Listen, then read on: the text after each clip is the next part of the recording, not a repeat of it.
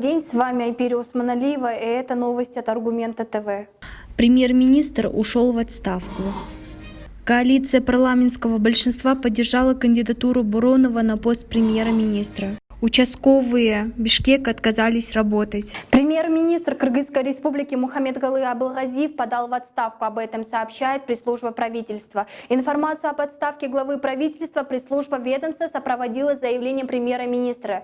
В связи с прозвучавшими обвинениями в адрес правительства по уголовному делу, связанному с продлением переоформлением радиочастотных ресурсов в интересах проведения объективного и всестороннего расследования и во избежание обвинения в оказании давления на следственные органы, мною было принято решение взять краткосрочный отпуск.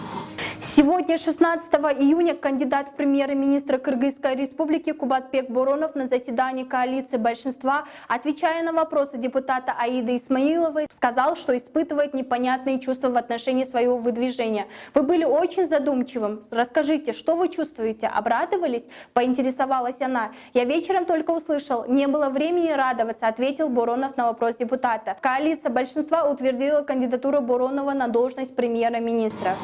Участковые милиционеры Бишкека отказались выйти на работу. Они объявили бойкот властям. Как сообщает агентство «Кактус Медиа», причина забастовки – участковым не выплатили обещанные надбавки, связанные с введением режима чрезвычайного положения.